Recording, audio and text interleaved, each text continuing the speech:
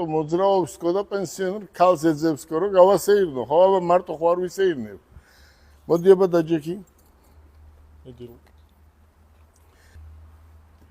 მერაბი შენ ამბობ რომ აი მითხარი გულწრფელად აი ამ წუთას შენ ამბობ რომ გირჩევნია Porsche დიახ Porsche გირჩევნია ორივე თავის კლასში იდეალური ავტომობილები არის მაგრამ ну გემონება ცოტა ისეთ საკითხია ყველა მაინც Porsche-ზე შევაჩერებდი ჩემს არჩევანს დიახ შენ ცოლის მოყვანამდე გინდა ეს თუ ცოლის მოყვანის მერე ესეც საკითხავია კაცო არც მოყვანამდეა ორი გოდა არც მოყვანის შემდეგ იქნება დათო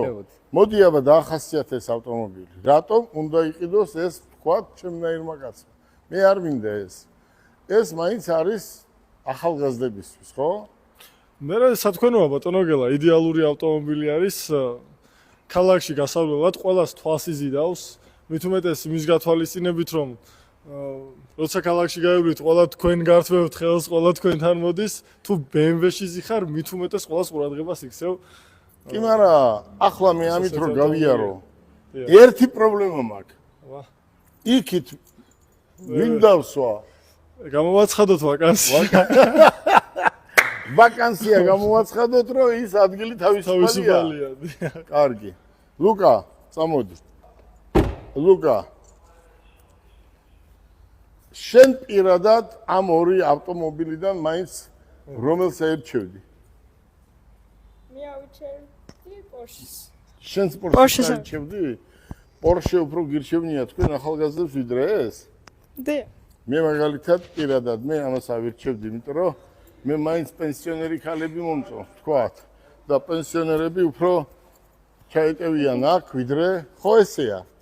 დე აქედან გამომდინარე დათო ამის ფასი რა არის ბოლო ფასი რო იცოდეს კიდველმა ბოლო ფასი $80,000 ბატონოგელა ამ ავტომობილზე ბოლო ფასი გვაქვს $80,000 ეს ღირს $80,000 ის ღირს $65,000 დიახ მაშინ რატო ამბობ რომ ის მირჩევნიაო ის თუ უფრო იაფია მე ეს მირჩევნია შენ ეს გირჩევნია მოდი ესე გავაკეთოთ გავყიდე მოდი ესე გავაკეთოთ ლუკას ან და იმას მერაბის ვაყიდიოთ ეს და შენ იყიდე ეს მე ამას ვაკეთე ხო კი ბატონო ძალიან კარგი დიდარი სიმაბრი ჩვენ ახლა ვეცადოთ რომ ეს ორი ავტომობილი გავაცნოთ ადამიანებს ამას ყავს თავისი მომხმარებელი ვისაც ეს უნდა არასდროს იმას არ იყიდის მაგრამ ის ვისაც უნდა ამას არასდროს არ იყიდის